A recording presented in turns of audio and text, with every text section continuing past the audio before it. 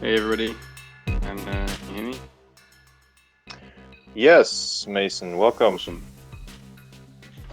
Good to be here on Twitter. New experience. I know, it's exciting. Yeah, guys, okay, well, so Mason's here. Give him a minute or two to settle in, and then we'll get going. There's unfortunately no visual in Twitter Spaces. It's just audio. But yeah, first time, like I said, so we're experimenting with this, and maybe we can tweet out some links or some images that go along with this. But if you need visual, oh, I guess you know what we should do, Mason, is share the link to the article. Yeah. You were probably going to do that anyway, now that I think about it. The thing is, because I'm And then, not the host, I think I'm just like a co-host. I don't know if where do I post that? okay. I'm not sure. Okay, then I'll find the link to our website article for this, and I'll post it here. Okay, well, welcome everybody. We're going to pretty much be talking about the reverse liquidity bootstrapping pools, and although that sounds like a mouthful, hopefully it will be explained nice and simply. Like we've just been mentioning, this it's based off an article that we published about a week ago, and yeah, this is pretty much just to complement that and sort of talk about it. And I guess at the end of the explanation, we'll have like a Q&A. So if there's any questions or anything like that, then I guess just hold off till the end. But yeah, we're going to be talking about what the reverse liquidity bootstrapping pool, or just rLBP, is, how it works, and how it could be, I guess, like an interesting new buyback mechanism potentially. So in order to like understand what this reverse LBP is, it's going to be easier for us to sort of first lay some groundwork.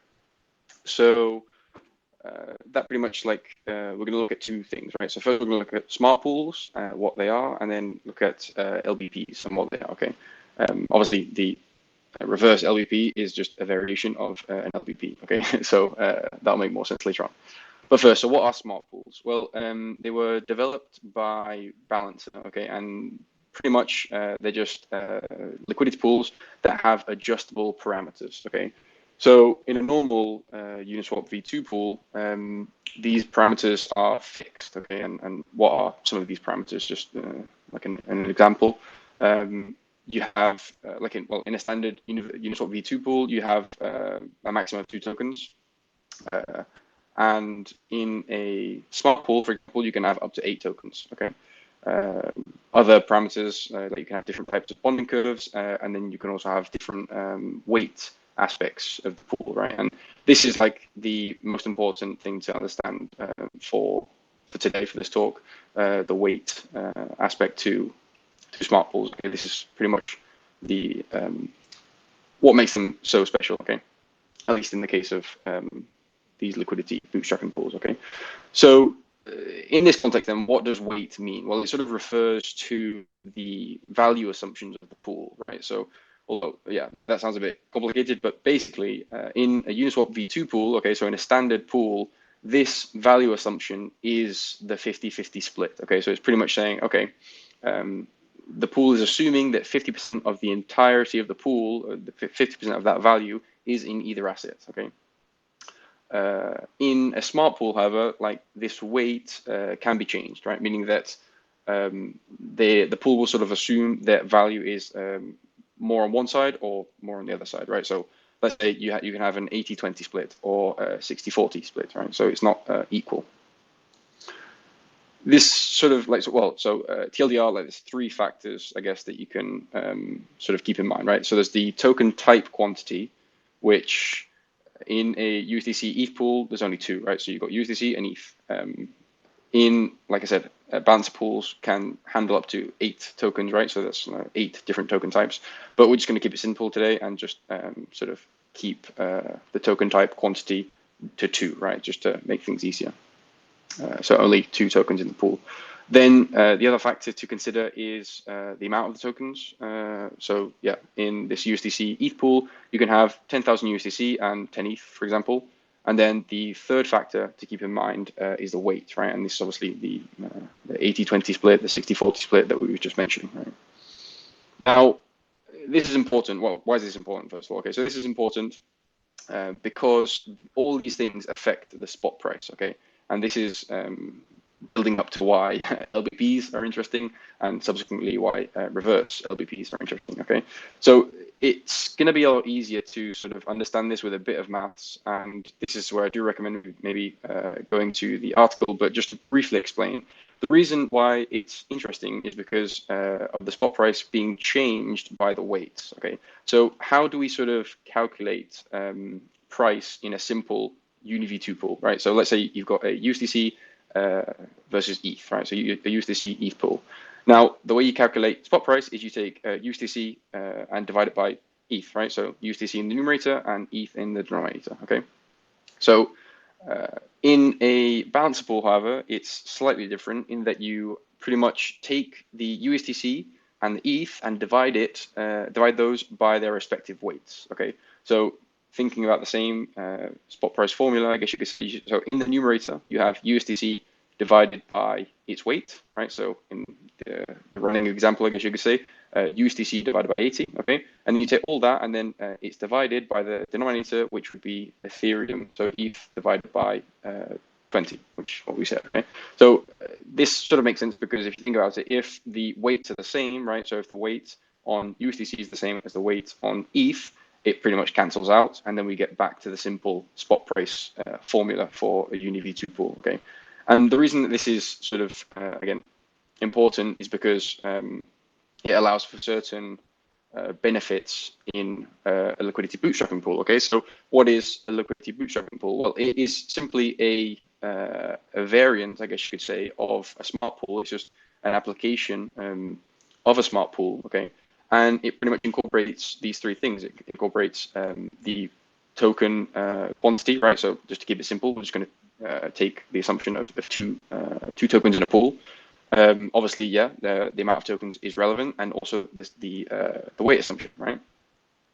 Now, the one thing that the liquidity bootstrap pool also allows for, okay, is to have these weights change over time. Okay, so so pretty much in the examples that I've been talking about, we've been sort of assuming that these weights are fixed, right? So yeah, we could have a 80-20 split or a 60-40 split, but they don't change. Okay, in an LBP, however, these weights can be programmed to change over time. Okay, so in USDC and ETH pool, you can say, okay, so let's start off with an 80-20 split, and let's end, maybe say over 3 days or whatever it may be, whatever time period you like, will end at 20-80 split. Okay.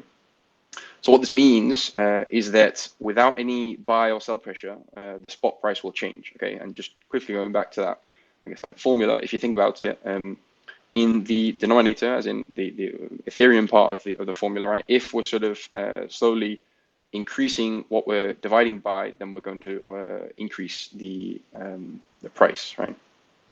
So that's obviously why the price will change over time, right? It's sort of changed by these weight changes, excluding any buy or sell pressure. Okay. Now, what does this sort of result in, right? And again, this is for LBPs, okay? It sort of results in a project sort of needing less liquidity to bootstrap for the same amount of token, okay? Because if you think about it, if the value assumption is, I guess, in favor of the token, then you're going to need less liquidity to sort of pair it, so to speak, right? It also means that you have downwards price discovery, right? So what the weight division means is that the price is going to start high and it's going to slowly decrease over time. And obviously, as the price sort of decreases and people sort of deem the price as a fair value, a fair market price, then they'll sort of buy, and that will increase the price, but it will slowly decrease as the weights change, right? Another benefit is obviously that there's less of a benefit of being early to buy, right? Because if the price starts very high, then there's no sort of benefit of botting the system to sort of get in before other people can buy, right? And all of the above sort of result in a better token distribution, simply because it doesn't sort of encourage large buys, and it sort of encourages buys over a prolonged period of time, right? So this pretty much results in LBPs, liquidity bootstrapping pools, being great method of launching a token, right, in a fair manner, because low liquidity, the market sort of determines the price in a fair manner, and you can sort of prevent against botting and front running. So I guess like this then sort of leads us into that was sort of like the primer to sort of understand what the reverse liquidity bootstrapping pool is, and you can probably imagine it's the same, and it's called reverse for a reason. I mean, this isn't like the official name. There is no official name. We just sort of decided to call it this, I guess. But yeah, if the purpose of an LBP, right, is to get a token onto the market, then I guess the purpose of the reverse LBP is to get a token off of the market, or at least potentially, okay? So just to make this a bit more clear, if you think about it, an LBP is sort of designed to allow users to buy tokens from it, as in they deposit, say, USDC, and they get a token out of it, okay? A reverse LBP is the opposite, okay? So users deposit a token, okay? So let's just say a project token, and in return they get USDC. Now, an interesting thing about reverse LBPs is that they can also work the other way around. Users can also deposit USDC into the pool and get the token back out, right? So, and this will make a bit more sense as to why. But pretty much you can, in a reverse LBP, you can buy and sell into it, okay? Whereas in an LBP, you can only, I guess, buy the token from it, and you can only deposit USDC to get the project token out, okay?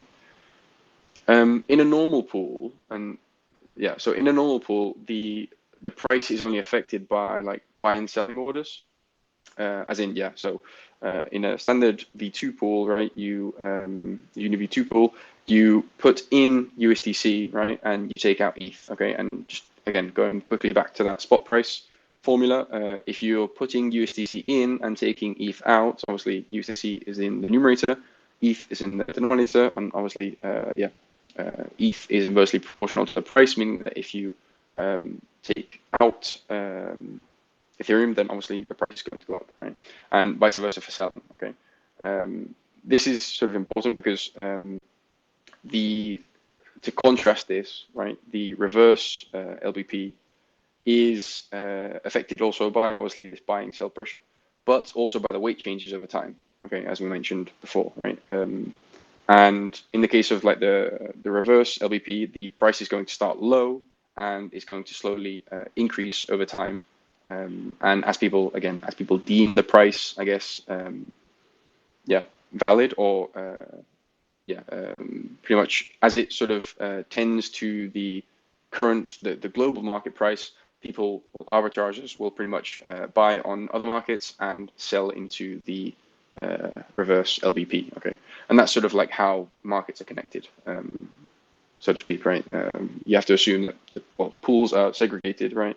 And they're sort of connected via arbitrages. So yeah, obviously, if ETH is cheaper on Sushi than it is on Uniswap, then somebody's going to buy from Sushi and sell it on Uniswap. And the same thing happens here, right? So in reverse LBP, the weight change and the quantity and token types, obviously, well, that's a given. But yeah, so the weight change and the amount of selling and buying and selling in the pool determines the price. And as those weights change, the price slowly increases, meaning that once the LBP price is greater, as in the token on the reverse LBP, the price for it is greater than the market token, then there's an incentive for arbitrageurs to step in and sort of sell that token back into the reverse LBP. Okay. So I guess we can sort of say that a standard LBP finds buying pressure, right? So the price starts high and it slowly decreases over time. And then, like I said, people sort of,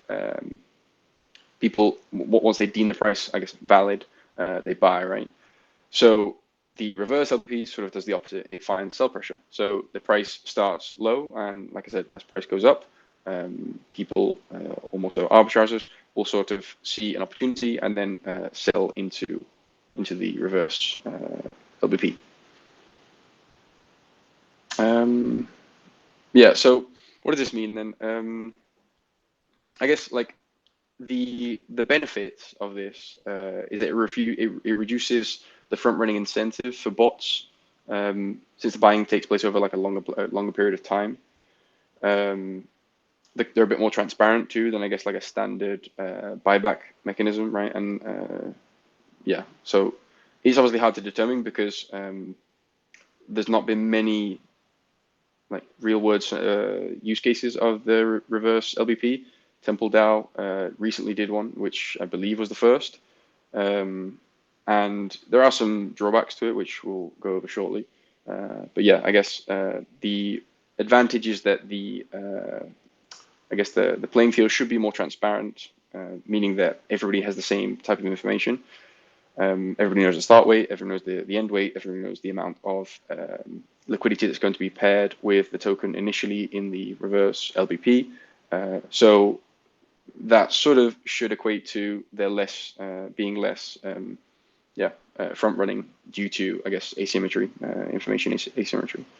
There's also the benefit of it being more efficient gas-wise for the project because the project isn't specifically buying tokens off of the market. It's more so being the rLBP, which obviously is owned by the project. It's being sold into by users, right? So it's, I guess, more of a distributed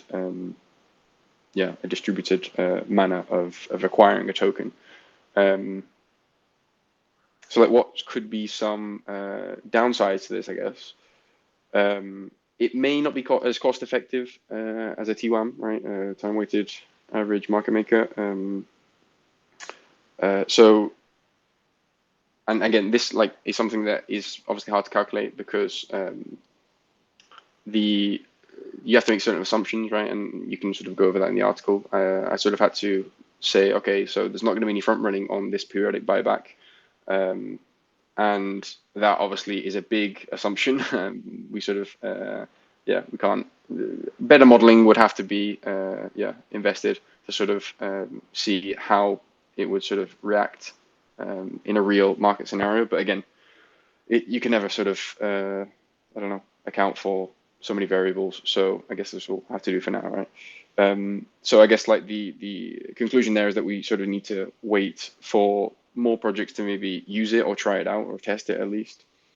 Another possible downside is that it could create more of like a PvP environment where obviously each person is sort of in competition to sort of try and sell back into the reverse LBP before the next person, right? Because obviously selling into it will decrease the price. So it could create somewhat of a PvP environment, which, I mean, yeah, is not ideal. It also means that I guess users with bigger bags may not be able to sort of exit positions as efficiently, which I don't know if many people care about, but is something that we'll sort of we have to take into consideration. And more importantly, like the market actually controls, or it has more of a say in how much selling occurs, right? Because of this. I guess you could say this control over, okay, so we're actually the ones that sell back into the reverse LBP. It means that only once the market deems the price as, I guess, valid or valid enough to sell into it, which again, we have to assume the work of arbitrageurs would be there, right? Then that sort of is another factor to take into consideration. Whereas in a normal buyback, the project would just say, okay, we're just going to TU up. X amount of X pools over X period with X amount of capital, right? In this case, it maybe is less certain, as in you probably couldn't say, okay, I want to acquire 10 million USDC worth of my project token. It sort of is somewhat dependent on the market being willing to sell back into that rLBP, which obviously, like I mentioned before, due to the price, the weight changes, the price is going to increase, so there is going to be an arbitrage opportunity there.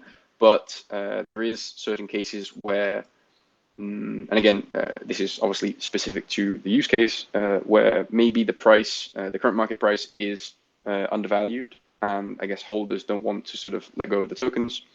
So in that case, probably you wouldn't be able to, there wouldn't be enough liquidity to sort of acquire that amount of tokens. Yeah, I guess that's sort of like a TLDR of the article, and I guess this would sort of take us into the Q&A section. I mean, ideally, yeah, if anybody has any questions about anything, now would be the time. Yeah, we had a question earlier from Fossil Fuel, but he went away because I didn't want to disrupt your flow. Oh, But you guys can request to speak, and then you guys can come up here on the stage, basically, the virtual stage, and you can ask a question. While you guys make up your mind, I do have a question for you, Mason. sure. So my understanding of bonding curves is limited, to be honest, but could you compare this to a bonding curve for us? Okay, What are so these?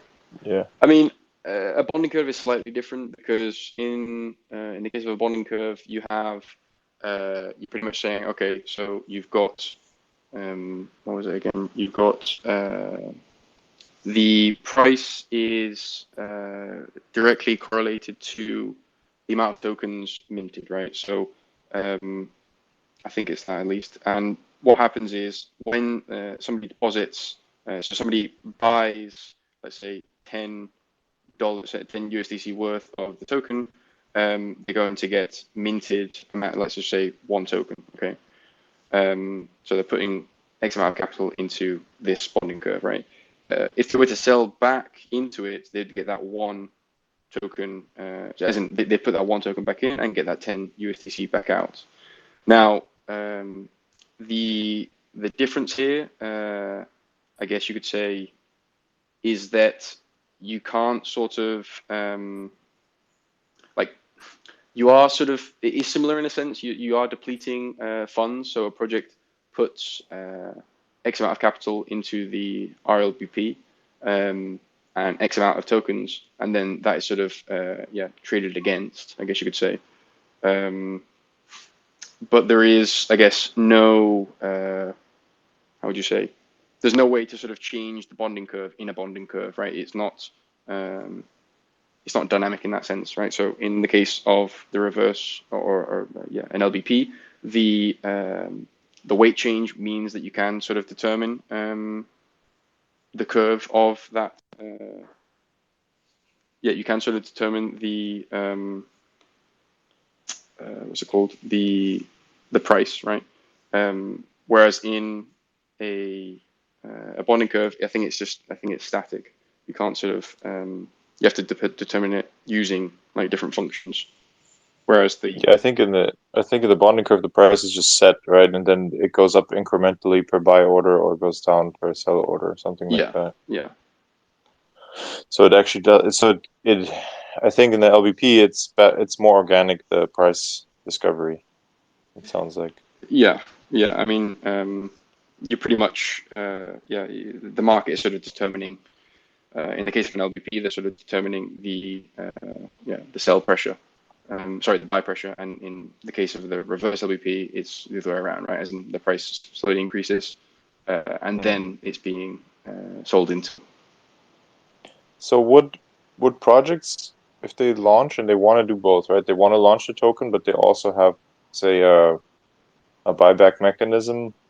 Is there any point in having both running at the same time, or does that defeat the purpose? Like an LBP and an rLBP? Yeah, I'm not sure. I'm not sure to be honest, because like the thing with like, and I'm not entirely sure how it's done on a large scale, like a traditional like buyback. Because I don't know, for example, Binance they have quarterly buybacks, and that thing must be front run like a shit ton, right? They must obviously they're going to be doing it in such a way that obviously to minimize it, but like I don't know if it would. I'm not sure. Again, this is something I've not sort of been able to figure out. But I think the benefit would be that there would be less of an attack vector Yeah. using an rLBP. Yeah, but again, I'm not sort of. I'm still researching whether that is, I guess, the case or not. Yeah. And then since these are liquidity pools with extra features essentially, so is anybody able to become a liquidity provider that has a token match? No, so like yeah, that's another good point. So because they're smart pools, so smart pools, like what we mentioned in the beginning, they are they're pretty much less, I guess you could say, decentralized in the sense like the project has control over many of these parameters, right? So they determine how long the period is for, right? So yeah, it's going to last for 3 days. They also determine who's going to be the liquidity providers. And yeah, obviously in this case, you don't want sort of more people coming in and adding liquidity where yeah, you just want them to buy and sell, so to speak. You don't want them to become LPs too. I mean, it probably could be, but I don't think that. I think that defeats the purpose to some extent. Um, can you explain why? Because I don't understand that. Because if the point is to bootstrap liquidity in a way, then wouldn't more LPs be a good thing? So you mean in the case of an LBP, not in like Yeah. because Yeah. so one of them, Yeah. yeah, okay. It's probably just something I'm not understanding. Maybe it's clear to everybody else, but No. Yeah. So um, in the case of an LBP, maybe the name isn't entirely accurate, right? What the sort of it's essentially helping a token to be launched in a fairer way, right? So yeah, it's I mean, you are sort of like finding liquidity, yes, but you're bootstrapping it. I think maybe bootstrapping sort of is used, like the word is used because you sort of require less liquidity to sort of bootstrap your pool, I guess you could say, right? So yeah, because of the weight assumption, you don't need as much liquidity to sort of have there be not a mad amount of slippage, um, so to speak. So yeah, I guess I that's the see. way I understand it at least. I see. So rather you would set up, I think that's what you said before. So rather you would set up a regular LP on Uniswap, Mhm. allowing exchange there, and then arbitrage would kind of take care of the difference in a way.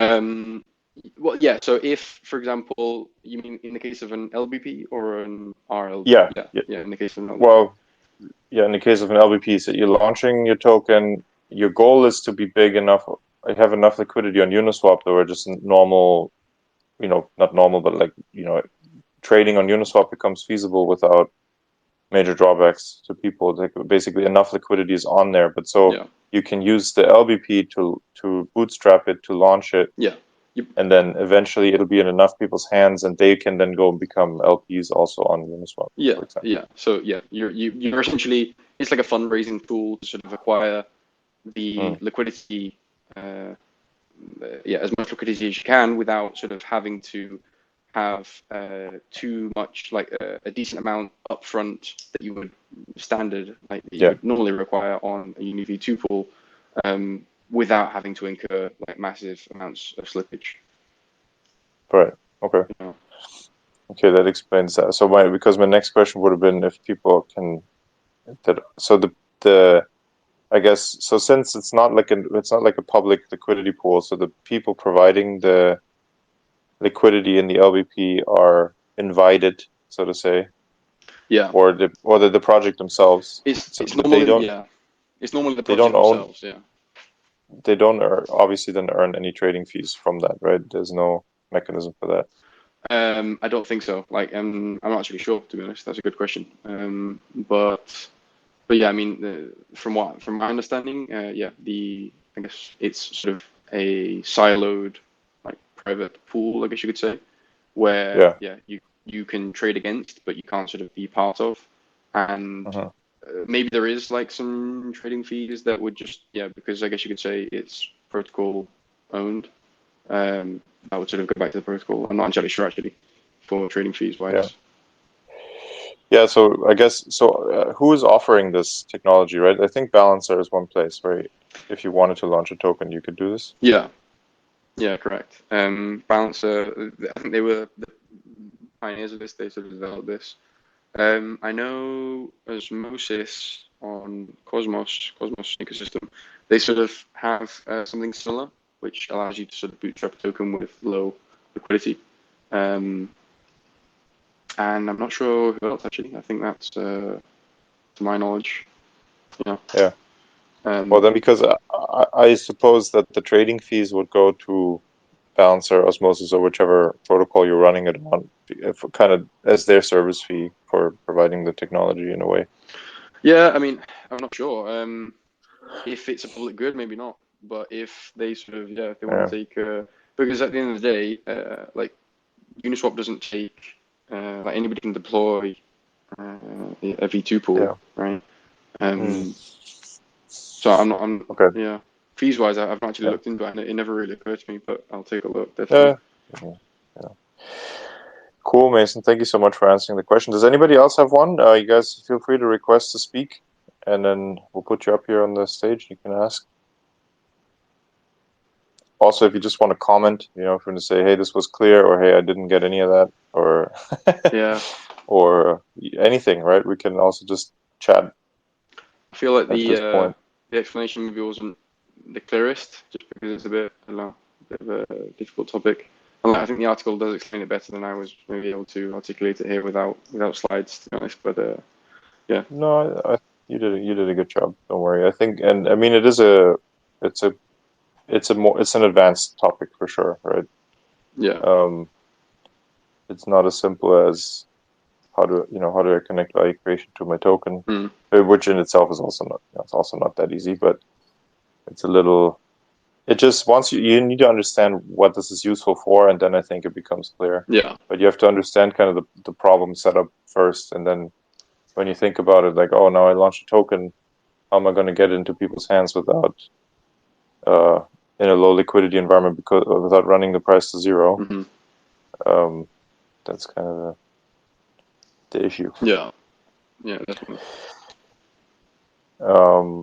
Yeah, I see some people joining now. It's a little late in the game, unfortunately, but we're in the questions portion. So if you guys want to ask a question, if we already covered it or not, I mean, maybe you have read the article and just want to ask Mason, who's the author, a direct question about it.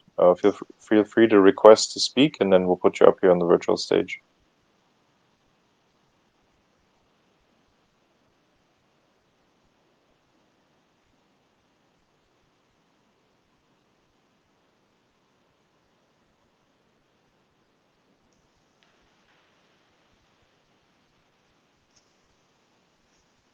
There's a request. Let's see. Here, Florent.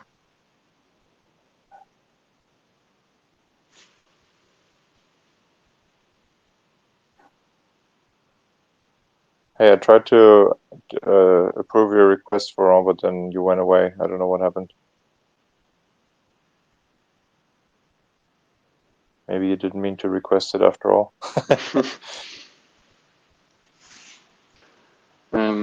Yeah, I mean, or if anybody has any like insights into other, I guess, buyback mechanisms, that would be interesting, because that's something that I've sort of I'm like slowly learning more about.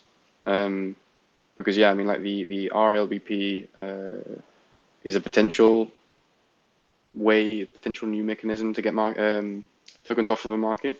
But again, like if you read the article, you'll see, I guess, the bottom, the end part of it is sort of a very basic analysis between, I guess, what we could call a standard buyback, which is just like T-swapping a pool every hour, right, with a certain amount of USDC, which comes, like I said, with very heavy assumptions that there is no front running, versus the rLBP, right? And if you take a look at the article, you'll see that the acquisition price for those two vary quite a bit, right? So the acquisition price using like a standard buyback is pretty much 10 cents or 0.10019.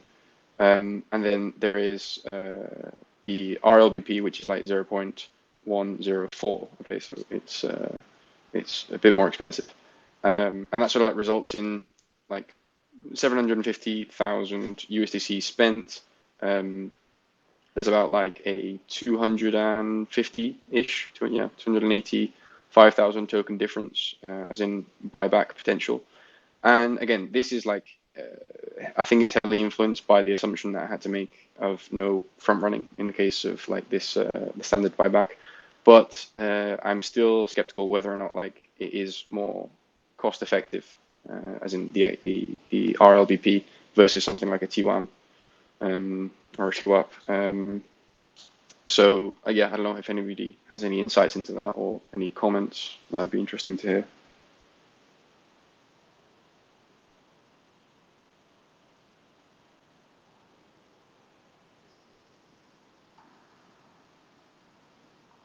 Not all at once.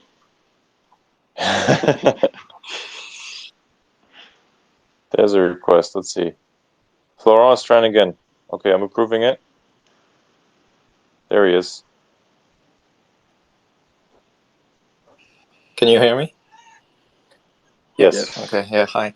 Thanks for the presentation. I don't really have any question, but since it's very new, it's more like it's just thank you for the presentation, and I'm just gonna need more, I guess, use cases to understand exactly what it's about and what are the implications. But Yeah. it's a great article, a bit complex, but it's interesting. That's what we like. Cool, thanks.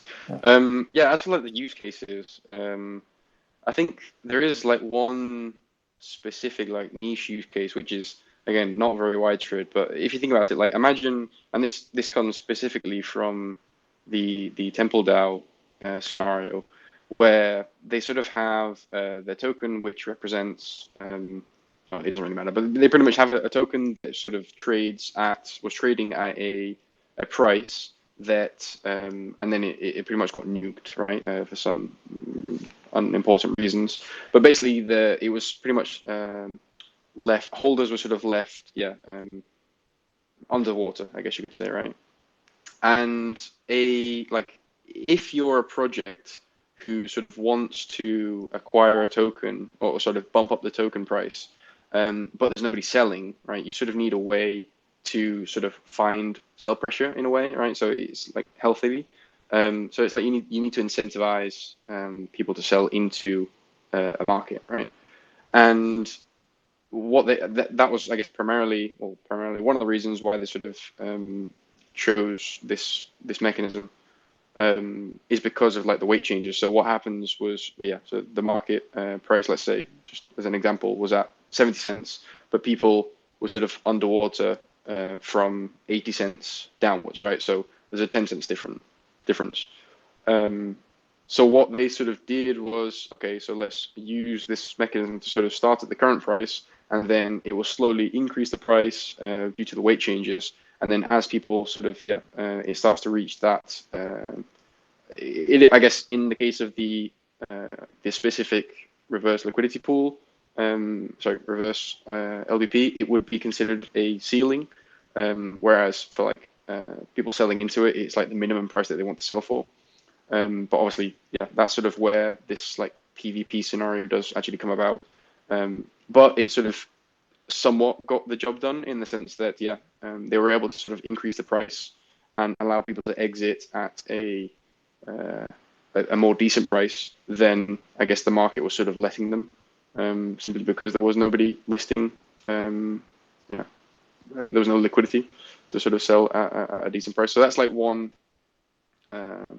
very specific use case where you can sort of incentivize holders to get rid of tokens in a fairer manner. But I'm also interested to see how this could be, I guess, used more in more cases. So it also means that, I mean, when you have too many holders on your project, you also don't control at all when they're gonna take profits and make your token drop. So with this function, you can kind of control when they're gonna drop their token, when they're gonna sell, so you can release some of that holder pressure in a sense. So does that make sense? Yeah, I see what you mean. I mean, like, if you think about it, so you've got loads of holders, and you're right. So maybe you don't know when they're going to sell, or maybe you have a cap supply and you need to acquire tokens, or maybe you have a staking yield that you need to sort of provide, but you don't want to inflate supply. You just want to redistribute from, I don't know, let's say some whales that are holding their tokens, right? You could pretty much incentivize them to sell back into this reverse LBP with this like weight change, and it would sort of find the price that they deem valid, right? And obviously that's where I guess the PvP scenario is beneficial to the project in some regard, because it's PvP for the whales or like for the people selling, but it's beneficial for the project because once one sells, then obviously that's going to kick the price down. So it's like, okay, so who's going to sell faster, so to speak, or who's going to take the current price quicker? Which obviously whoever sort of takes it quicker, it does sort of benefit them more than the person that comes after you. At least as long as that is sort of maintained, right? Because of the weight changes and the change over time, the price will slowly go up again. But if there's constant sell pressure, let's say at this ceiling price, it will sort of incentivize selling, right? To some degree at least. Okay. Yeah. Thanks. Awesome. Thanks for your question. Yeah, super cool, Florent. Thank you, and thank you for the explanations, Mason. Anybody else? Feel free to request to speak, and we'll get you up here. If not, I mean, we've been on here for about 40 minutes. I'll probably wind down soon.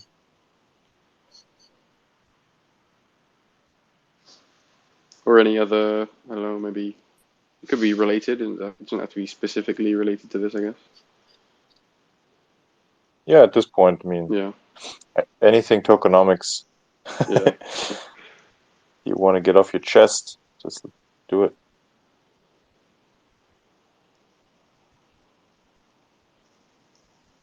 While you guys are thinking, I think most of the people here I recognize from the inside, let's say, from the DAO. However, if you're listening and you haven't actually been on a Discord or you haven't heard much about Tokenomics DAO, we are the largest tokenomics focused community on the internet. There's, I don't know, 2,700 people or something now on our Discord.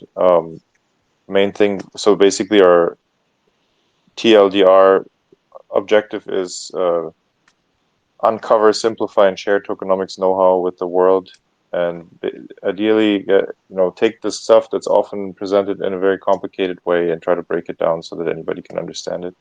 No econ degree required, and so Mason, as far as I know, you don't have an econ degree. Nope.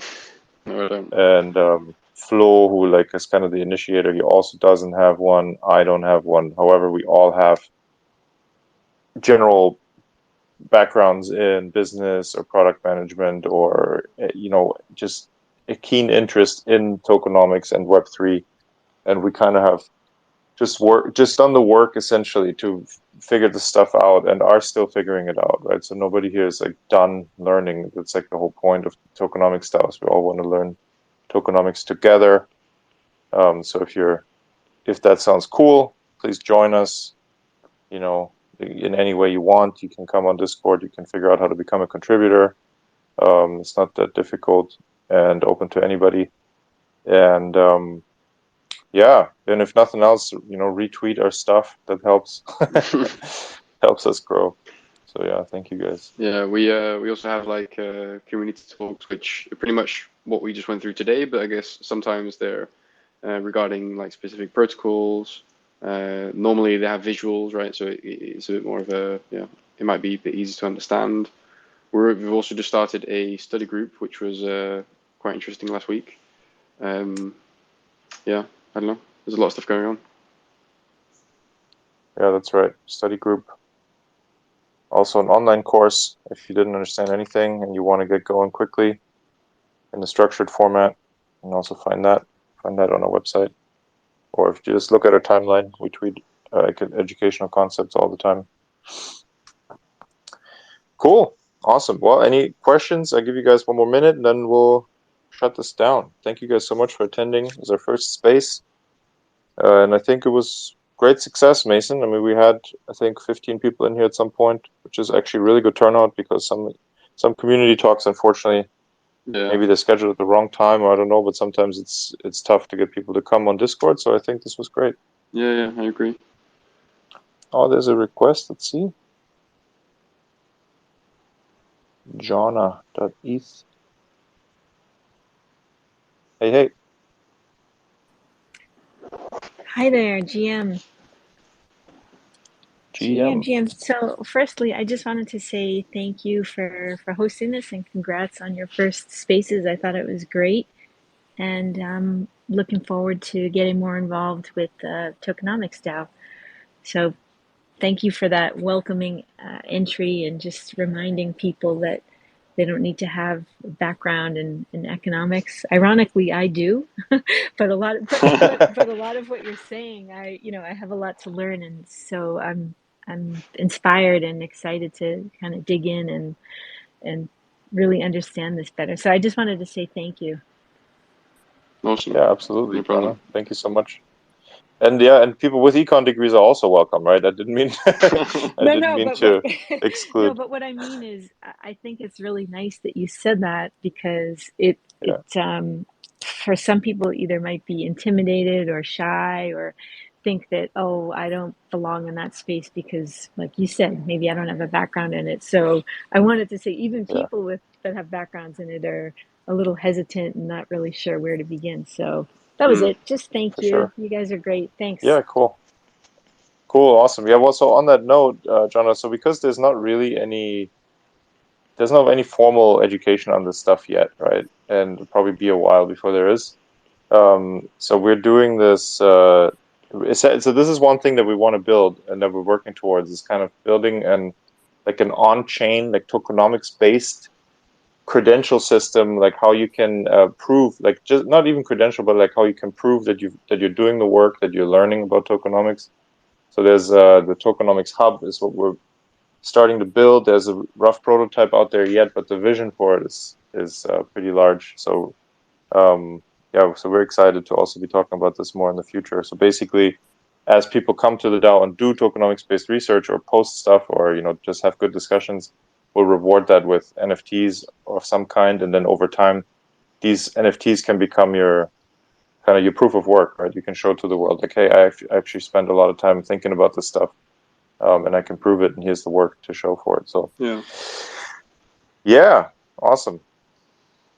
Yeah, it's also going to form part of well, eventually, like I guess initially it'll just be this like basic NFT system, but we will sort of look at incorporating self-sovereign identity or self-sovereign credentials, which is I don't know, a big topic, which nicely fits into just being able to show what you know rather than sort of maybe this idea. Okay, well I need a degree to sort of do this, or I don't sort of I can't prove what I've sort of done. I think like one thing that I sort of found very nice about Tokenomics DAO is that we just sort of we tend to sort of prize curiosity, right? People who are interested ask good questions, and we also try to create a space where it's like, well, there's no stupid questions. You ask what you want. It's like everybody's on a different path. Like everybody knows different shit, right? And that's just the beauty of it. Yeah, 100%. Very good. Thank you guys so much. Awesome. This was great. Thank you guys for coming. I think we'll host more of these in the future, but you'll find it here on Twitter or in our Discord. And in the United States, it's Thanksgiving, so happy Thanksgiving and happy happy Thursday, I guess, to everybody else. Yeah. Bye, Mason. Thank you so much for the presentation. It was great. No problem. Thanks, guys.